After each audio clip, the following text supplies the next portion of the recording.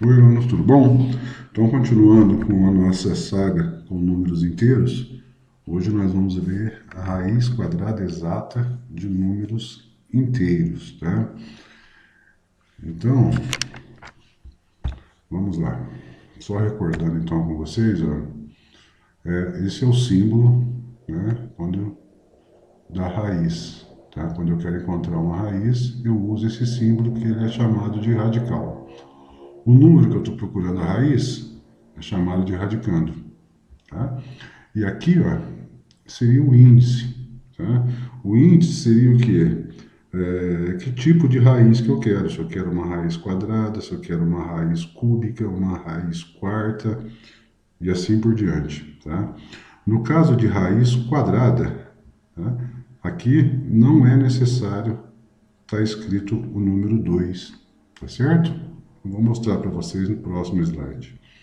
E o resultado é a raiz, correto? Então, ó, veja bem, ó, raiz quadrada de um número. A representação é representada pelo seguinte símbolo. Esse é o símbolo, tá?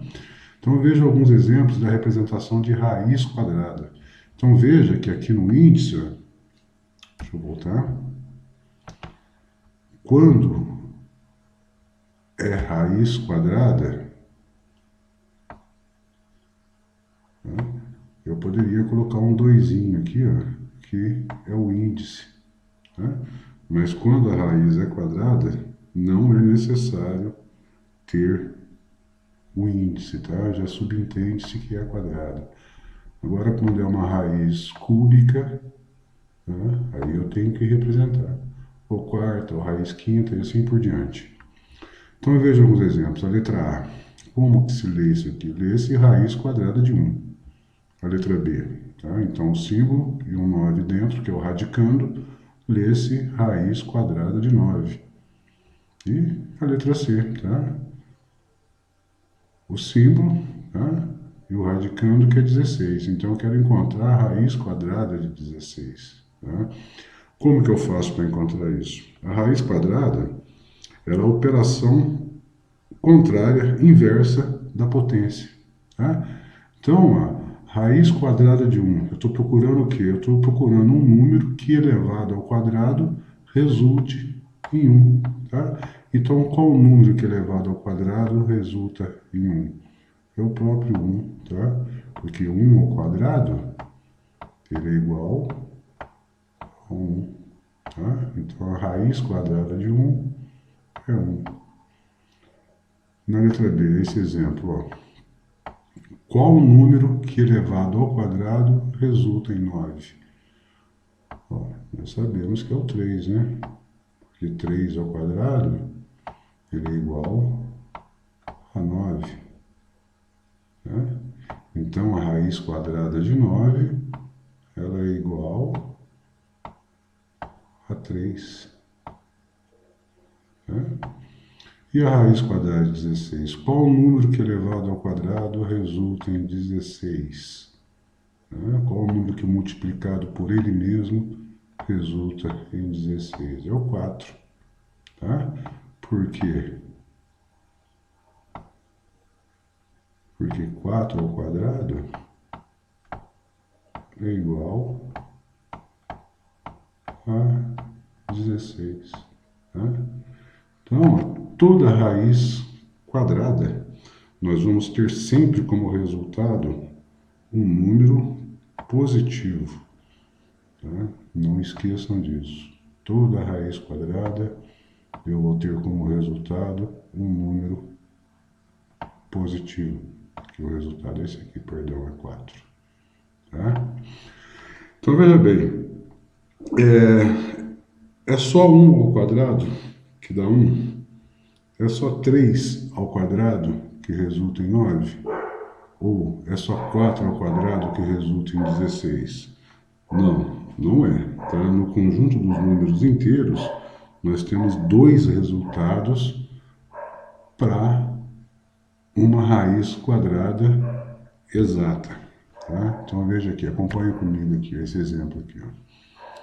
Ó, porém, se fizermos o mesmo cálculo no conjunto dos números inteiros, verificaremos que existem dois números que satisfazem essa operação.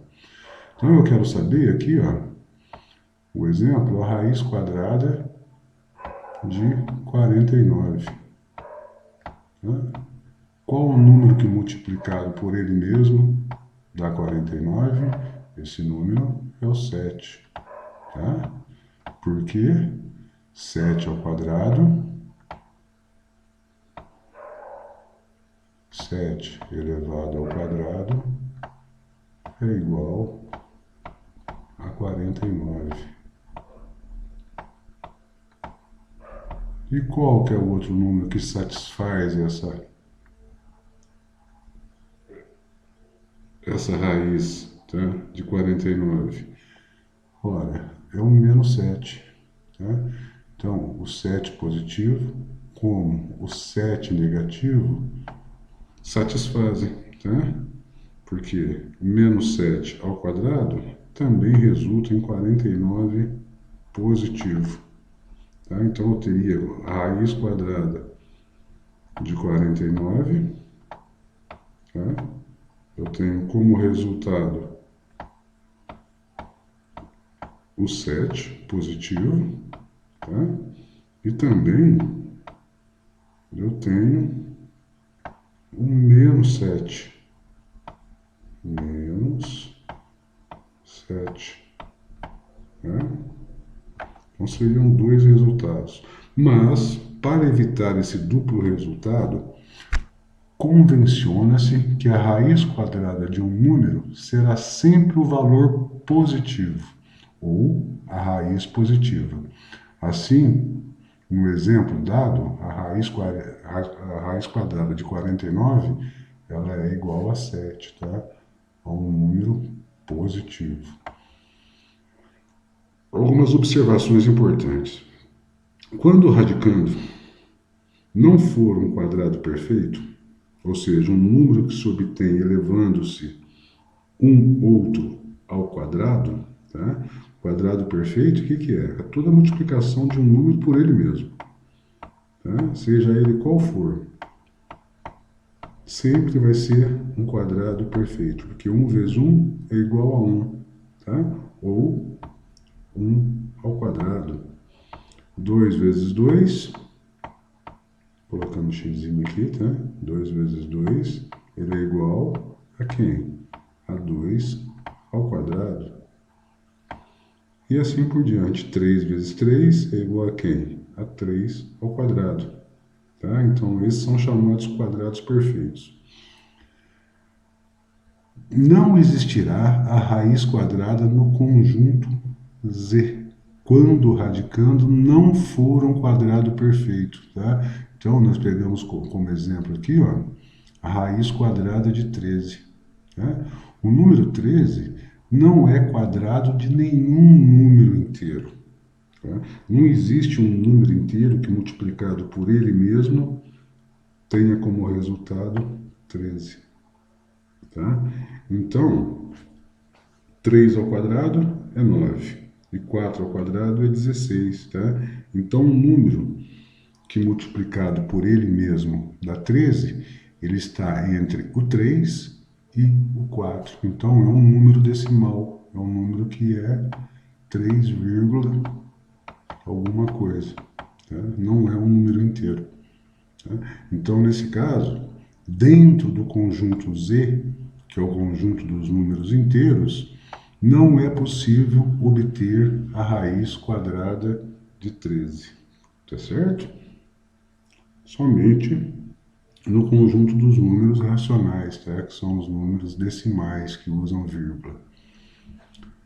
Quando o radicando for um número negativo, tá? Não existirá a raiz quadrada também no conjunto dos números inteiros, pois não há nenhum número inteiro que, elevado ao quadrado, resulte em um número negativo. Então veja, por exemplo, que não existe a raiz quadrada de menos 9, tá? Pois não há nenhum número inteiro que, elevado ao quadrado, resulte e menos 9. Tá? Então veja, ó, 3 positivo ao quadrado é 9 positivo. E menos 3 ao quadrado também é 9 positivo. Tá? Então, se o radicando for um número negativo, dentro do conjunto dos números inteiros, não existe solução para isso. Tá certo, turma? Então, tem algumas atividades que é bem simples para vocês fazerem. Tá? E um abraço, até a próxima aula.